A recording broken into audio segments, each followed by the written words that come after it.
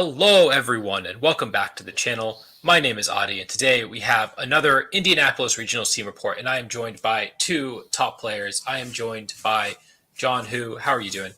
I'm doing all right. At weekend after, so I feel pretty nice now. More sleep is good. Got some rest after that the crazy weekend. And for those who don't know you, do you want to tell everyone a little bit about yourself? Sure. So I'm an Indiana VGC player. I've been playing for a very long time. Started in 2010, broke up 2014, off and on, top cut placements. Don't really have any big wins. Usually known for some wacky stuff. That's me. Mm-hmm. And then we are also joined by Rajan. How are you doing? I'm doing well, Adi. Thanks for having me. Yeah, thank you for coming on. Do you want to tell everyone a little bit about you? Sure. Good afternoon. Hi, everybody. Started playing VGC towards the end of 2015. I've been playing fairly consistently since. I generally did better in 2017, 2018 with more regionals cuts there, top cut nationals in 2016, and have been, as I said last time I was on your channel, really not enjoying this game since 2019 onwards. But here we are. Mm-hmm. Well, you did build a really cool team for Indianapolis Regionals. So you brought Lugia. You both brought Lugia to the event, and John, you got all the way to top 32. You lost the last round that would have gotten you into top cut. And to you, I mean, to you, to me, against you. Well, my bad, guys. We'll get to that, but yeah. So, and Rajan, of course, you did most of the team building. Why did you choose to build around this Pokemon? Yeah, so we're here. I'm only here because the only person in VGC history that would believe in me for this process is Jon Hu. No one else would be a part of this endeavor. But basically, our friend Gavin Michaels put together a spreadsheet early in the format. He likes to do that. And it was just an attempt at rating restricted pairs. The ratings are kind of bad, but attempt to rate restricted pairs for matchup viability. It's not like something you really blindly adhere to, but it's kind of funny. And at the end of it, he was kind of sort of going over what was good, what was bad, just see if you get some insights. And it was also pretty funny to see just the bottom end of the spreadsheet. And the bottom end of the spreadsheet had a lot of Mewtwo and a lot of Lugia because those mons are pretty terrible. And I wanted to stick it to the spreadsheet. So early in the format, I just decided to build some Lugia teams. And when the ladder was still in the 1600s, I topped the ladder with Lugia Kyogre, and I went, this mon is not entirely terrible.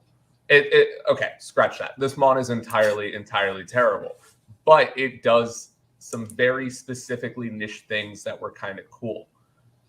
Specifically, by playing the Pokemon a little bit more, the fact that it was extraordinarily bulky was really impactful because a lot of Pokemon, especially in this format, are oriented towards just freaking killing you.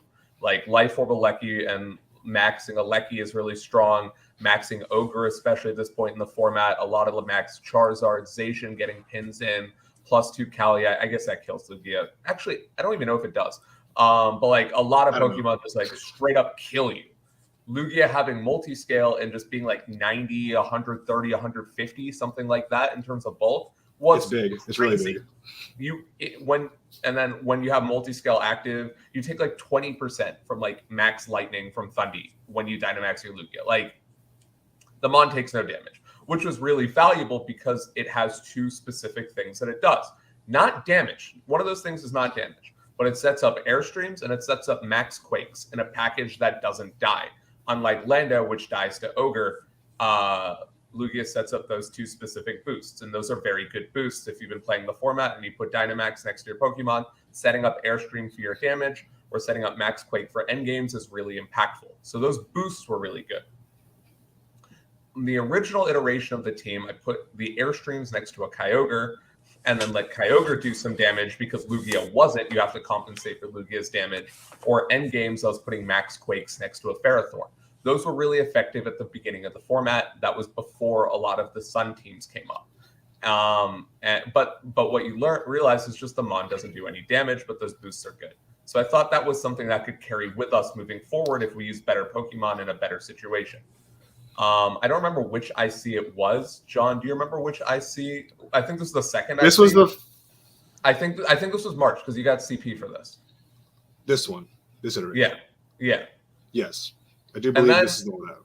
And then so I liked what Lugia did in that instance, and it was the only fun that I had playing this format, which was pretty important because I haven't had that much fun playing. So I was building like a lot of like Lugia teams in my builder and throwing it around. Decided to put it next to a Zacian, and then during one of these ICs, I went, wait a second, what if I stick Brutal Swing on my Zacian and proc Lugia's weakness policy that way? We had Mimikyu on the other team, but Mimikyu's bad, or at the very least from a side proc perspective, I think it's very linear and it doesn't do all that much, and it's not that good of a Pokemon by itself. Whereas Zacian was a good Pokemon, and then I could give it Airstream boosts, and I could give it Max Quake boosts, and it can also be next to Lugia in a way that saves me time, and then set up Brutal Swing. And I was building that with Jon Hu for a bit, and we were...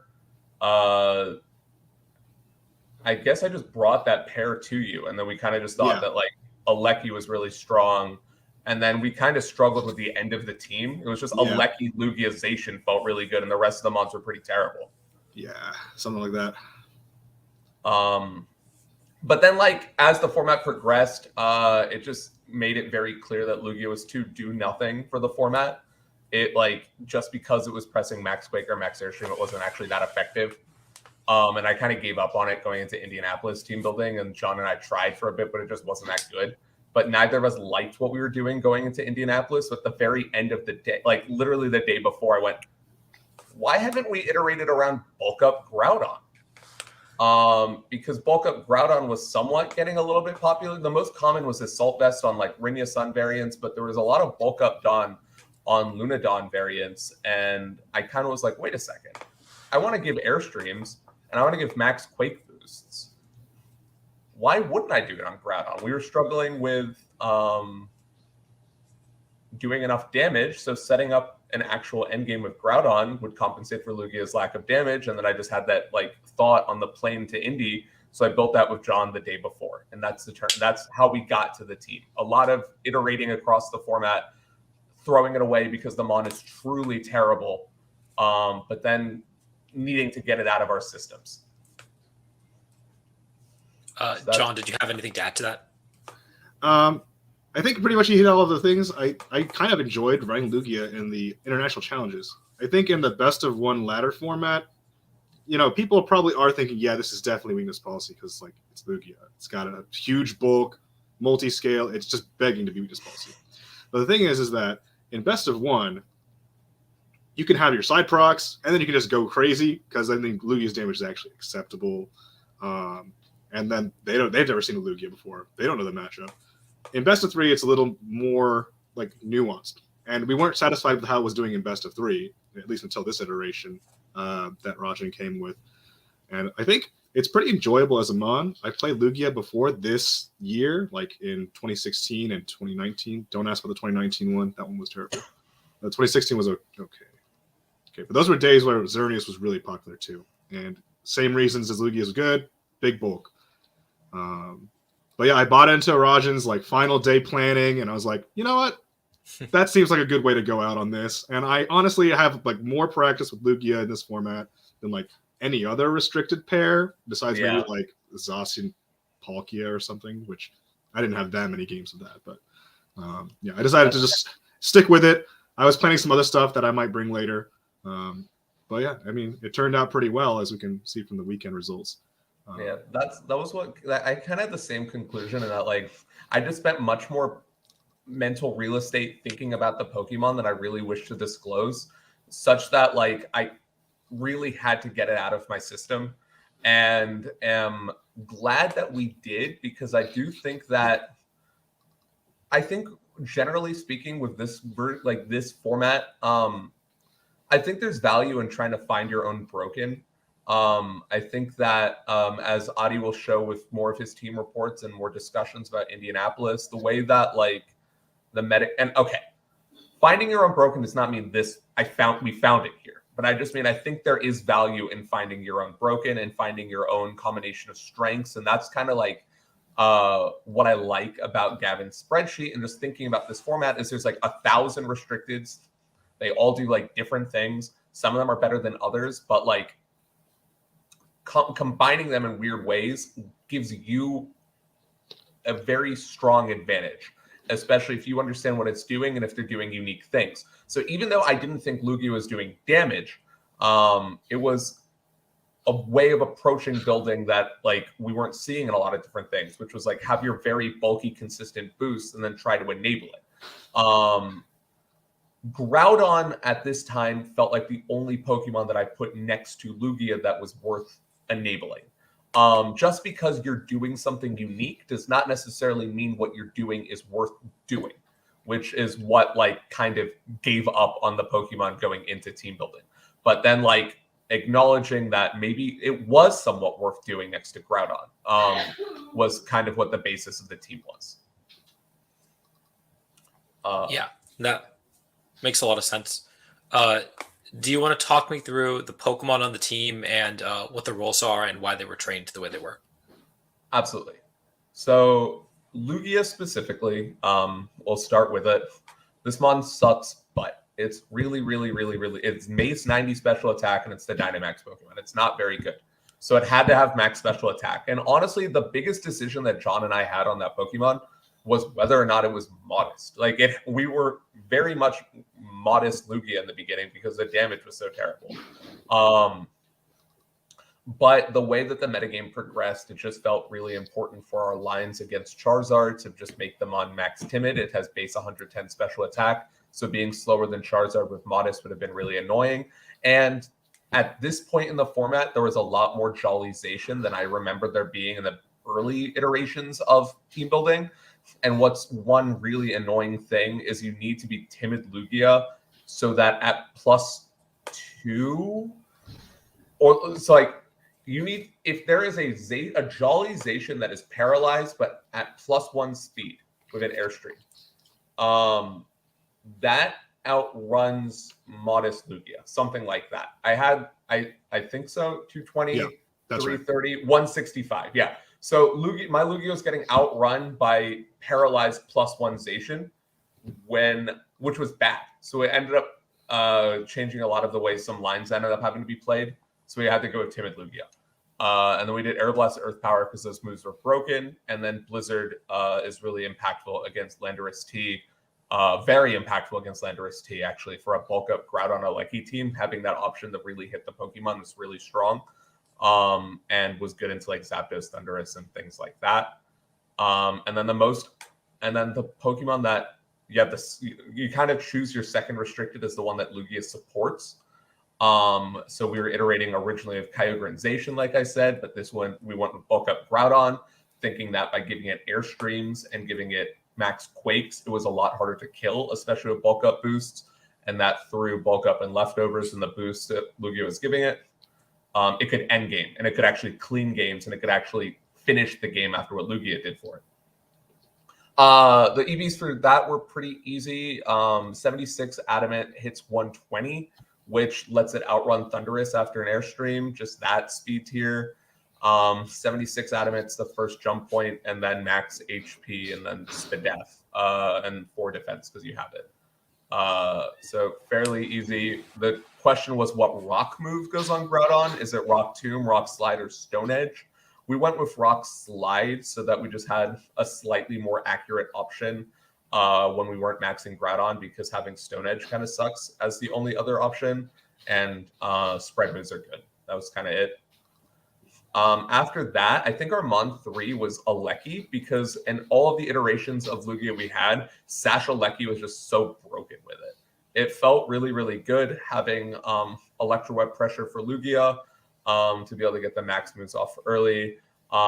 It was really good in the front and in the back because you could Sash Alecki is still a Pokemon they have to commit 2 attacks into. And Lugia let us use Volt Switch really good. And as John will tell you in talking about his run, Volt Switch is cracked. and a lot of the Alekis are dropping Volt Switch right now. But Volt Switch was our primary side proc option on Lugia when we did go for the side procs, and it just allowed you to pivot in and out, which was like that sort of chip damage when your mons suck as much as ours did was really good. After that, I think Mon 4 was Grimmsnarl. Trick Iron Ball Grimmsnarl was just kind of cracked. Like, it's just good, and a lot of it got more popular since Rainier Sun variants were using it. But what we really liked about it was something that Lugia struggles with was getting through like Sash Eliki. So you could trick away the Sash and the Eliki and max Quake it. And then something that actually came up a lot during the IC run that John was talking about was not actually being able to max Quake Rotom Heats or something like that. But like, that's not that relevant, but it's just a funny synergy. It's just Trick was just really good at like enabling the Pokemon to get through certain kinds of speed or certain kinds of like otherwise difficult to handle matchups. Like floating electrics are pretty difficult. Like we were building Blizzard for Thunder Zapdos, but putting them on the ground makes them a lot easier to deal with because then your Groudon can actually do something to them. And yeah, in general, like slowing people down or slowing things down, Pokemon down, that's also pretty strong. I think the main reason was we wanted to get Sashes away or Life Orbs away or, you know, powerful items that they just can't really operate without. And so that was why Trick Iron Ball was the set. And then one issue that we had with Trick Iron Ball when playing things originally, I think our first set was Spirit Break, Sucker Punch, Trick, and then we had a screen on it. Yeah, I don't remember which screen we had. I think it was Reflect. I think we opted into Reflect because all our mons pressed Max Quake. But one big issue with that was just you had no forms of speed control for Zacian. And that was really, really frustrating, especially for Groudon and especially for Lugia. Not being able to actually threaten Zacian made it very difficult to end game against the Pokemon. So we just went without screens since we decided that our Pokemon were extremely fat anyway, that we didn't need a screen, and that having Trick Iron Ball and T-Wave to be able to get speed control against pretty much every kind of Pokemon was really impactful. Spirit Break was really good into Eviltal, and Sucker Punch was just kind of broken.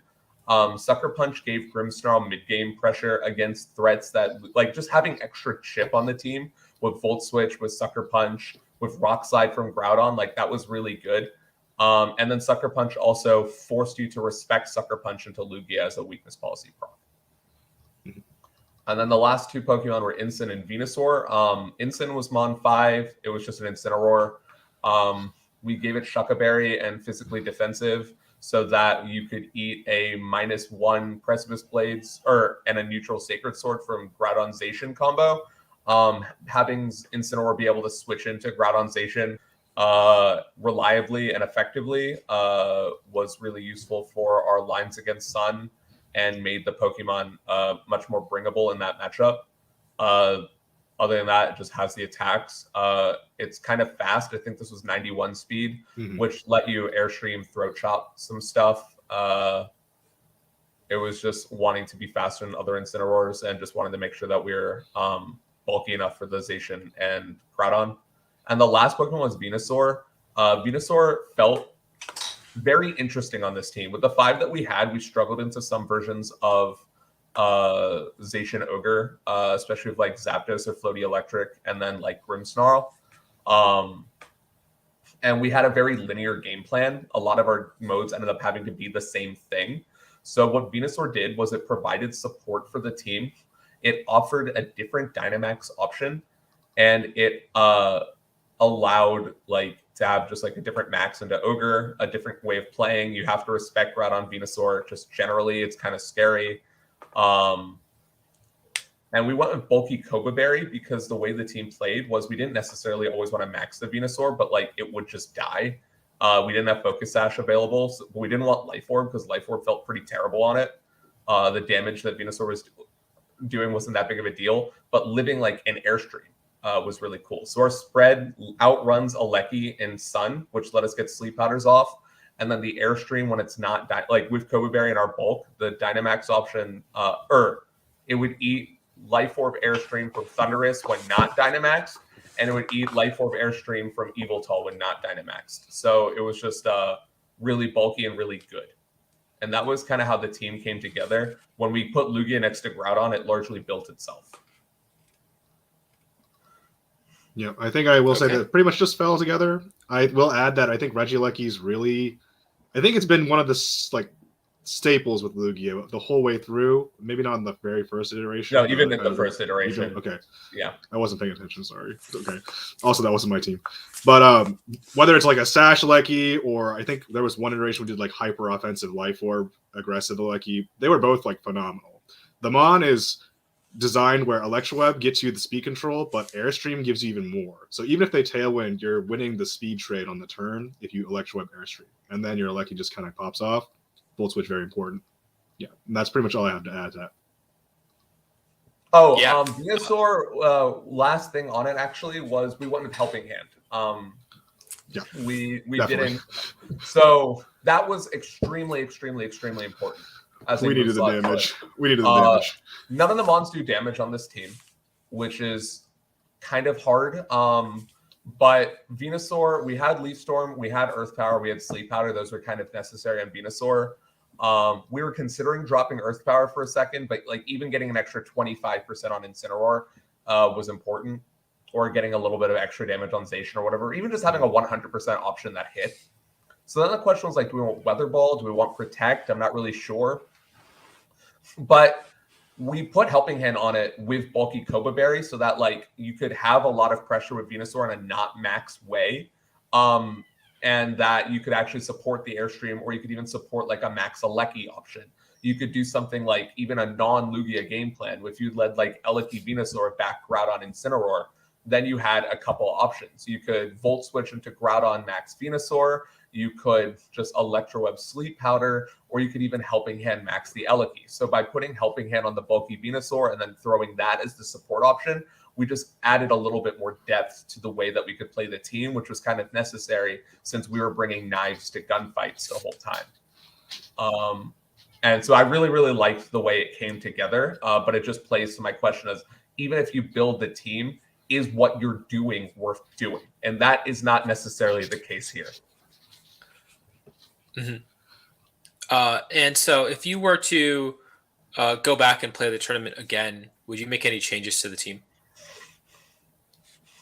I think start with you, Rajan. Yeah. I think the biggest thing I would consider actually would be Sword Stance on Groudon. Maybe like Sword Stance White Herb instead of bulk up with leftovers on Groudon. And I think one of the reasons for that was it just felt very frequently like I was able to mitigate, or they were able to mitigate Groudon's damage through Incineroar by just pivoting Incin in and out. I could never actually get attack boosts up in front of Incins. Whereas if I had Sword Stance and maybe a first White Herb, then I'd be able to put up a little bit more initial pressure, and that would be a bit scarier. So I think that would actually just be a very different team, but I think I'm more interested in it.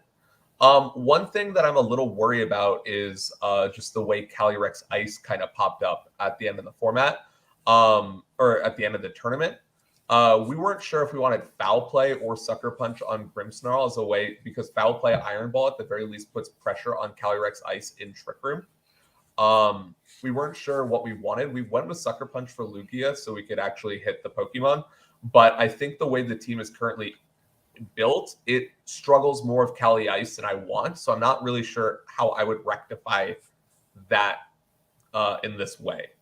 And I think John has I lost to Cali Ice round 1 through other things, and I think I struggled with it during the tournament. I thought we had more tools against it than we did.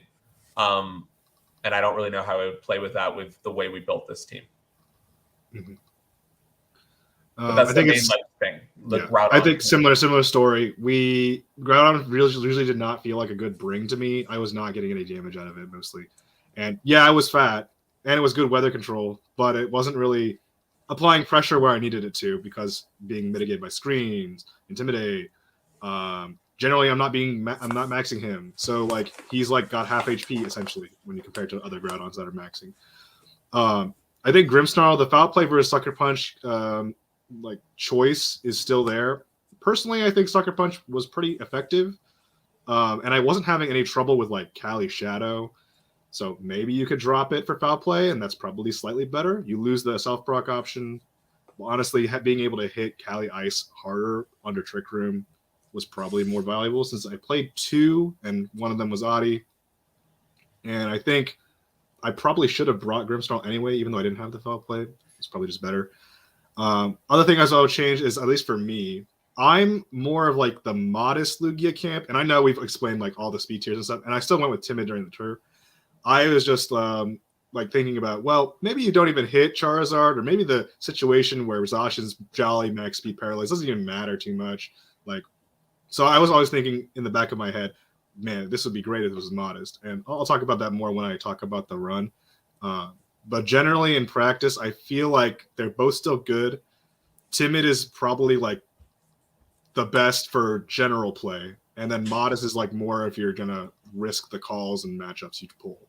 Like one thing that makes modest a really big deal, and it's really embarrassing, is Max Hailstorm from Lugia doesn't OHKO Dynamax Landorus T when you're timid. It OHKOs at 43.8% of the time, whereas you always get there with modest, and it actually changes whether or not you can go for that turn one into Lando or your game plan against Lando. I try not to like press those sorts of like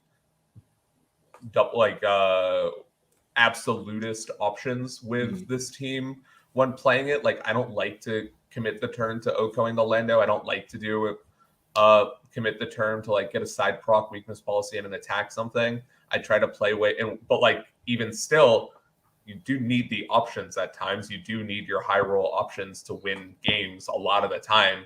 And Lugia lost out on that by being timid. So I agree with that. I agree with that thought. Maybe we just like made the team bad by trying to be more like balanced into stuff, and we would just have a more effective team if like Lugia was a little stronger. Groudon was not bulk up; it was sword stance.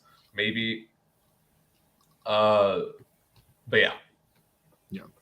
Those are the main things I would change. I think Alecki was phenomenal. Don't need to change that Pokemon. Venusaur was good. Like, every time I brought him, it was good. And then Incin was Incin. I would consider Protect on Incineroar over Throat Chop as well. Okay. I think that would have been an option. I do like the way that Incineroar lets you steal a turn against Calyrex Ice a little bit more effectively when you have Protect. And but those are the main choices. I think it just boils down to, again, what I am saying is, if you like to build a good team, you need to do what you're doing well, but also what you're doing has to be worth it, and what you're doing has to be effective against what everyone else is doing. And while I actually do think that this team was built fairly well, I am concerned that against the field, it wasn't doing enough. And also, in general, what it was doing was not necessarily doing enough. So then the questions will be, if that's the case, do you keep on going with what you're doing, or do you build something else, or do you edit and adjust? Like, those are like kind of your choices. And my choice right now is I got Lugia out of my system. I don't need to keep going with it. And I'm along for the ride, so if I decide to keep going with it, I guess I'll keep going with it. But I think right now it's on the back burner. Right now it's on the back burner. We'll see what you guys have brewed for Secaucus and Vancouver Regionals. That I hope it's equally spicy as this team. I don't think it's possible, unfortunately. Could be. I don't know. We'll see what's cooking. I have faith. But first, do you want to talk about the how you play this team? What are the normal modes? What are your game plans looking like? John should definitely talk about playing. So I think for this, we both play the same team, but I think we both kind of have different ways of going about how this is all going down. We heard, like Rajan was saying, how yes, you want to Quake, you want to Airstream for your bulky Groudon, and you want to set out for endgame, then it just wins, right? I didn't really do that very much. Instead, I usually just relied on Lugia puts out damage, and then I somehow get the rest of the damage, which, whether it was Groudon or Alecki or something else, that was the plan. And I ended up bringing Grim a lot, Incin a lot, but I usually was focusing more on like Lugia game plans. I will say that your typical lead into most teams will include Lugia, probably one of Grim or Incin or Alecki. There's also the Venu Aleki mode, which I did do a couple times. Once against Adi, and it didn't quite work, but it almost did, I want to say. Sometimes you will want to read Groudon, but usually you don't, since you want to keep the drought in the back. Usually you want him to come in off of a Volt Switch so you can start sucking out the boosts, or save him for like once you get rid of their Incineroar or whatever problematic mon they have. I think Yveltal was pretty common, and I'll talk about that when I start talking about the run. But generally, Lugia turn 1, you can just go for your boost.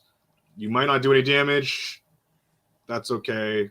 As long as your boost is going on something like that is getting the boost and you're going to keep around. So you may not have to max on turn 1 either. That's totally fine. I didn't do that all the time either. So I agree with that, and that I do think it's a bit of a trap where you like feel like you have to blow the max, or you feel like you have to side proc turn 1 or something like that. I don't actually think that's necessary. I think the team had a lot of tools to now fewer tools than like say a team with like screens on Grimmsnarl might in terms of sucking up damage, but I think you just need to acknowledge that Lugia with with multi-scale and Dynamax is just the bulkiest Pokemon that's ever freaking existed. It's just remarkably scary. And if you side proc turn 1 and go for damage, you're doubling the damage that they did to your Lugia that turn, and you're also hurting yourself. You're spending one of your entire turns hurting yourself. You're doubling their damage hurting you. And that's like not great. You generally want to have them break your multi-scale first, and then put yourself in a position, because we still do have side procs in 2 viable, good Pokemon. 3 technically, I guess, with Throat Chop on Incineroar, but like just the way the speed tiers work out, that's not that effective. And you're just in positions where like turn 2 and turn 3, you get to have a max with your Lugia. And then you kind of just like play the game knowing that your Dynamax takes 3 or 4 of their entire, like they have to commit like 3 or 4 moves into your Lugia to kill it, like which frees up a lot of real estate for your other Pokemon. So that's kind of the way I was playing it. It didn't work too hot. I really don't want to talk about it, but that was the thought process. And you think about most of the matchups in that, like, you should be able to do the thing that you want to do. And they shouldn't be able to like completely stop you from doing it. So then how do you close out the game when you get to play your thing? Yep. I think those are all fair points. Like, were there any matchups that you thought like threw you off a little bit or forced you to go into a very specific mode? Yeah, pretty much matchups that are Trick Room, like hard Trick Room, Kali Ice, Palkia stuff that have maybe redirection, a Moongus perhaps. Those were a little difficult. You probably had to rely on Venusaur to start getting sleep off, and if they had like something to stop your Venusaur from doing that, it was probably game over. I think I did play Nathan Ortiz, aka Cortex, and he had like a complete counter team. I'll talk about that when we get there. But generally speaking, like I think this was a pretty solid team into the like Rinya Sun was like a very doable matchup. I think most versions of Zosh and Ogre were pretty doable too. Like the big combinations of restricteds usually had a pretty okay matchup. I think Yveltal was like a little shaky, but still doable. I think Aleki definitely helped there, and having like a generally bulky Incin Grim is like Spirit Break Grim was phenomenal for that. So yeah, I feel very similarly. I thought at the very least the metagame going into the tournament, at least from previous tournaments with respect to what was successful, I think there was a lot of tools that were really strong.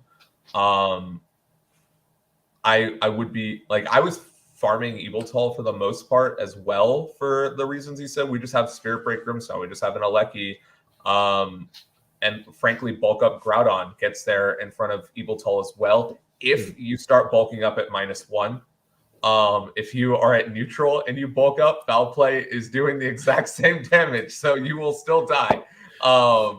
But like into Yveltal, for example, I would side parting shot my Groudon to lower its attack so I could win the end game with bulk up into Foul Play. I think we had a lot of tools for pretty much everything except Hard Trick Room and except Kali Ice, and that unfortunately and except Reshiram, to be completely Reshiram honest. was also pretty difficult. That mod was pretty annoying. So unfortunately, like, it didn't seem to line up very well into the Indianapolis metagame. But the standard stuff, like Lugia just got to play its game. Bulk Up Groudon got to play its game. When you were scared of playing your game, you still had like Thunderwave from Grimmsnarl and Sleep Powder from Venusaur to high roll a bit more. And then Sash Alecki is just the most consistent mon in the format. So like we always got to play, except against what apparently was good. Yeah.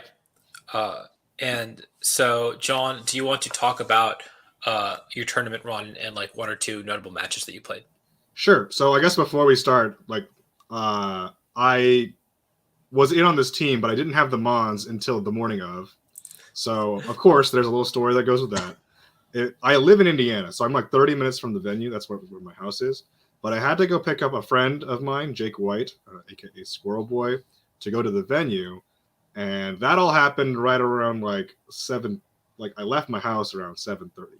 If you were at the regional, reg ended at like 8:30. Like you couldn't reg, or you couldn't actually like go for round 1 with anything else until after that point. So I'm just like driving there, and then Raj is like, "I need to give you this mon. So where are you?" Because he has all my mons. So I get there and it's like 8:20 and I'm in the line to get into the venue, and I finally trade off all that stuff. And yeah, I mean, my bad. I didn't have much sleep. I probably should not have slept. I probably should have just actually went home and slept earlier instead.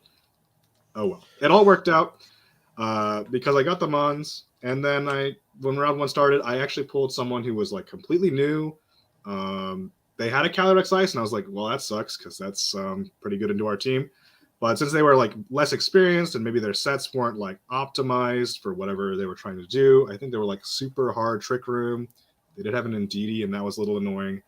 But I ended up being able to stall out their whole Trick Room with like instant cycling and stuff like that, and that was totally fine. I think if you see the spread here, there are a lot of like Calyrex, Zacian, or Calyrex Kyogre is from Nier.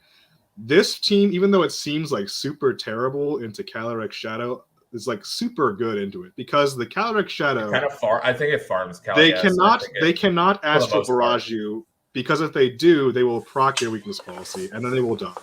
So they basically don't get to play the game with their Cali Shadow, which is kind of interesting to say since you're supposedly weak to it.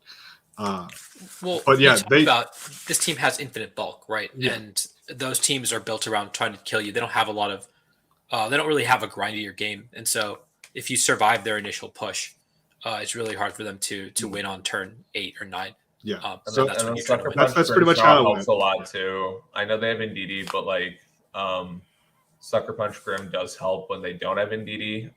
Or if do we have a way to? I don't even remember if we have a way to change the terrain. We have a Lecky, I guess. Sure. But like Alecki, honestly, maxing Alecki can be pretty decent in System Shadow Riders too if you want to turn off psychic terrain. So like we it was just instant. Like we had a lot of tools into those Pokemon. Yeah. It all came down to like if I recall correctly, Nier, who's also an Indiana player, a relatively newer. I think those games ended in like 2 or 3 turns because turn 1 she wouldn't be able to actually use her oppressive options against like her oppressive damage options, not like stopping me from playing the game. But like I just lead Lugia, I get my Airstreams, I toss out an Electro Web. All her Pokemon are slower. I have weakness policy now. It's kind of over. So I mean, I think the game with Luca and Kyle, who are running the same team, it pretty much went identically. Their whole team kind of gets rolled by Grimmsnarl. Like, nothing on that team really wants to be in front of Grimmsnarl at any given point. Zacian gets T-Waved. I mean, like, that's the best they can do. Thundurus gets tricked, and that was really crucial because that was the most annoying one on their team. But Lugia kind of, like, worked to get through all those guys after you take care of the Thundurus, and it was pretty solid otherwise. Best match I had the whole day, I think, was against William Marks with his Demon Grim, which was like really, really good. He kept his Sucker Punch like under wraps until game 3, and I kind of got screwed for it because I just leaned really hard into Alecki mode. That was like a super good set, and even though he got that off, it still came down to like a pretty close end game where if I had just kind of called targets a little better or committed to more reads, I probably would have come out of that with a win. And then finally, there's like Nathan Ortiz, Cortex again. He had like the super hard counter team. I had no tools for Kyurem White and Indeedee redirection. There was like zero way I was winning that. Although surprisingly, game one was semi-close, if you can even call it that, because of Sleep Powder. So even in that terrible, terrible matchup, like Sleep Powder is the way to try to get it out of the way. One tool the team has for Kyurem White, and one of the reasons that it was difficult to get John the Pokemon, was that, I mean, Grimmstall has 4 speed EVs. It's not actually on the paste that the paste does not have it. Because this was something I did in the car ride there.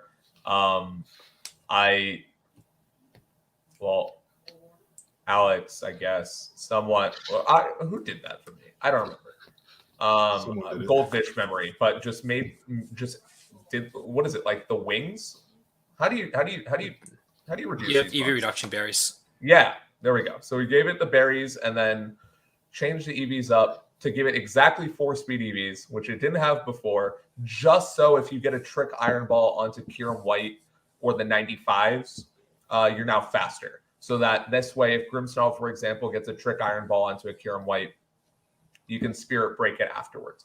That's the extent of the matchup. The team sucks against Ice types. And Cortez has Indeedee next to the Kyurem White, which like even mitigates that. Yeah, it was really terrible. And then Adi. That set was also really good. I had a lot of fun playing that. I basically put all my eggs into the basket and tried to go for Helping Hand, Max Lightning, and hope that just knocks out Calyrex Ice. It was really close. Wasn't actually a roll anyway. Like, it was never killing unless I crit. So that line also stopped Goth from going for Hypnosis spam, which was incredibly important, since otherwise they get out the Hypnosis spam. And I'm not guaranteed, but I'm pretty likely to get hit once. Yeah, pretty much everything there happened as it was. Sets were really fun overall, other than like Andrew's set, which was like super hacksy. And if you watch the VOD on their YouTube, it's pretty obvious why he was not very happy at the end of that. But he cut and I didn't, so ultimately whose team was better? I will say I did hit a lot of the good matchups as opposed to like Rajan, who kind of got matched up with Calyrex Ice game 1, and it was like a more experienced player supposedly than my player running the same Calyrex. And they also had more different tools that were better for their matchup too, I think. I will say that I both did not necessarily play great throughout the run, and it's not much to.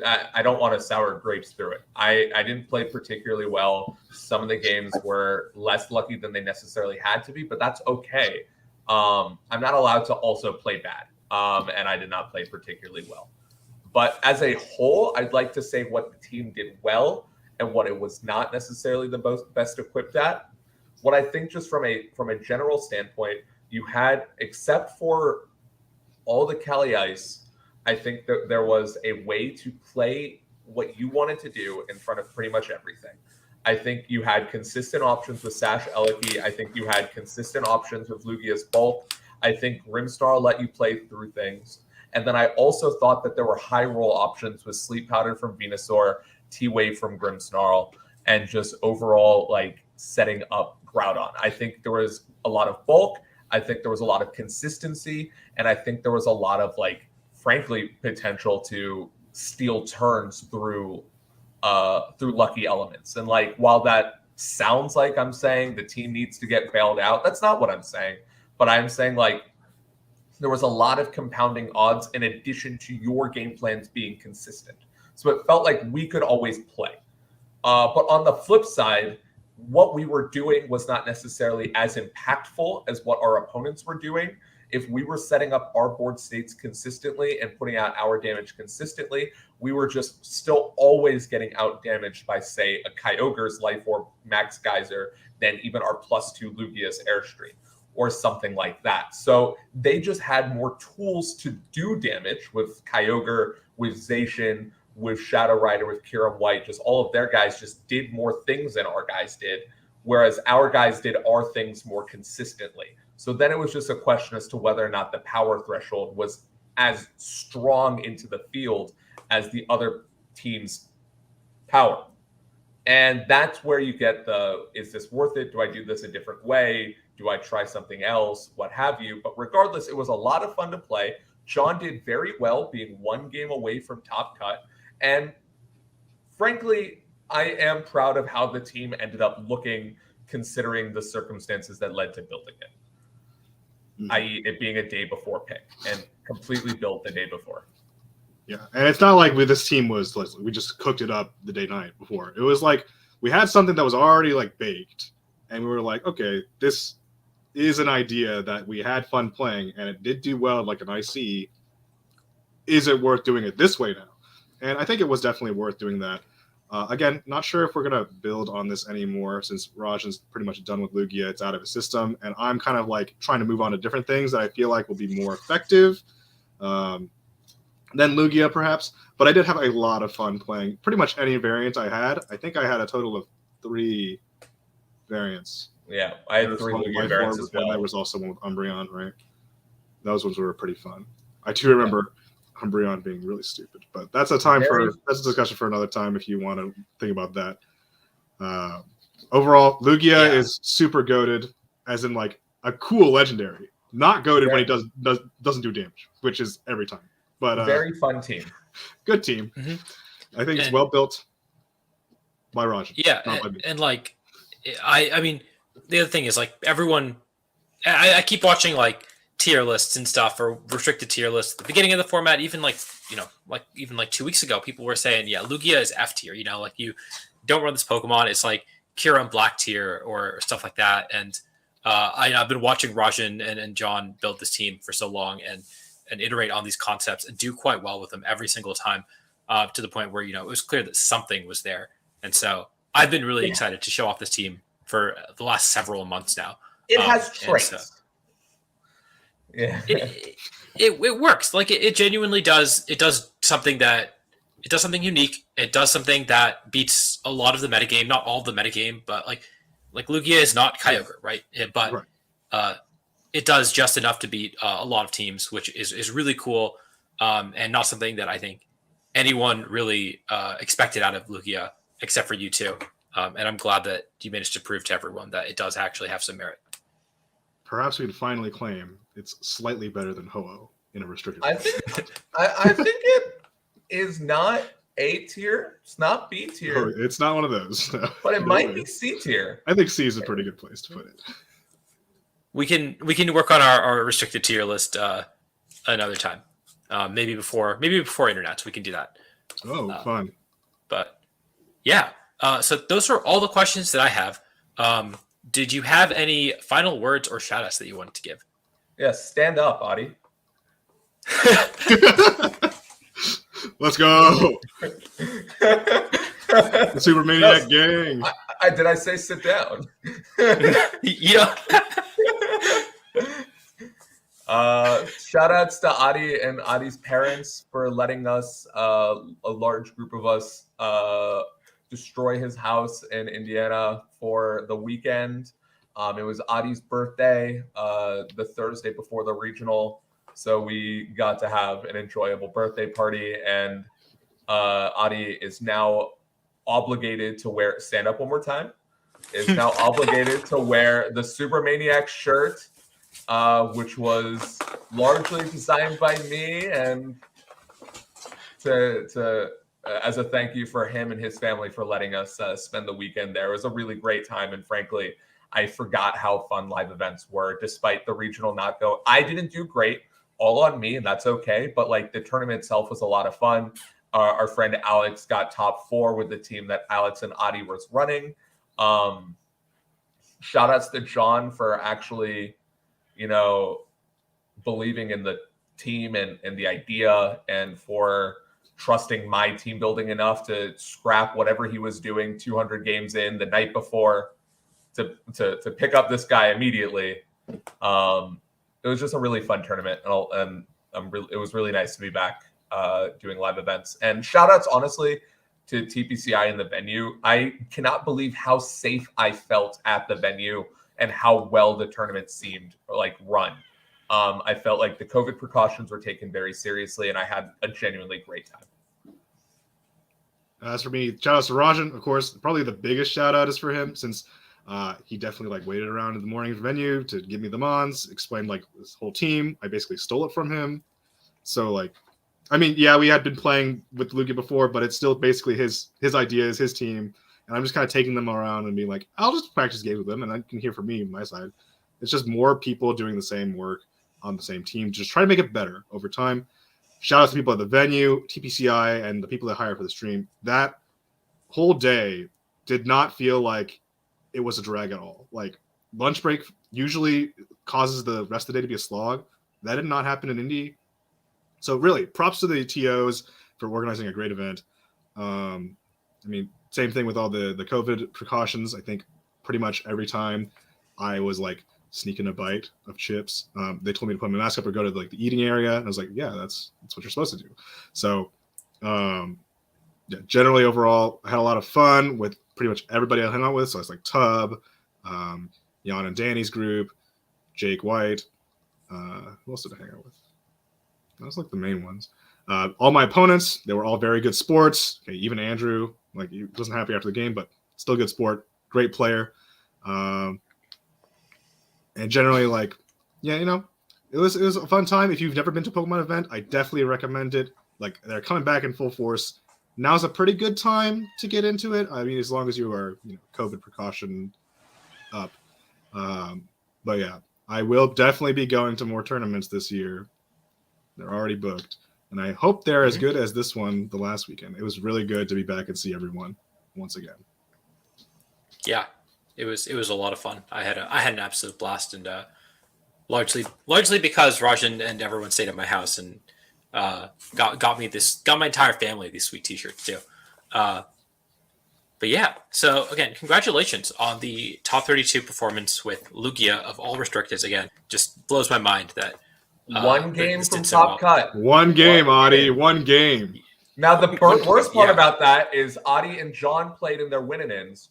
John lost to Adi. Adi got 18th. But if Adi lost, John had high enough resistance to cut. So Adi lost and knocked both of them out of cut instead of having a Top Cut Lugia team report on his channel. Do you, my fellow Super Maniacs, believe in his decision? I don't think so. We call that a team kill of the highest caliber. You have to throw for content, Adi. Man, it was so sad. I had to face Sohaib, who also stayed with me, and I had to beat him and knock him out of top cut contention. He went 6-3 with good resistance. I had to play Alex, who of course I built my team with, and Alex beat me and knocked me out of top cut contention effectively. And then I had to play John and knock him out of top cut because I had a small chance of making it. Really sad run on my part, but if I had known that if I won and I would have missed cut, you would have absolutely. We should have just calculated this. We should have just calculated this thing. See, oh well. Yeah. Actually, don't do that though. I think they will probably not like that. That's very accurately. That's very That's not accurately. good. Don't do that. that is in fact against the rules too. But do not do that. But yeah, no. Again. I really encourage you to try this team out. It is a very cool team. Something, again, you probably have never tried before, and is very, very fun to play. Not that I've played it before, but I've been told it's very fun to play. It's very fun. It's fun. And who knows? Maybe you'll find a different way to play it.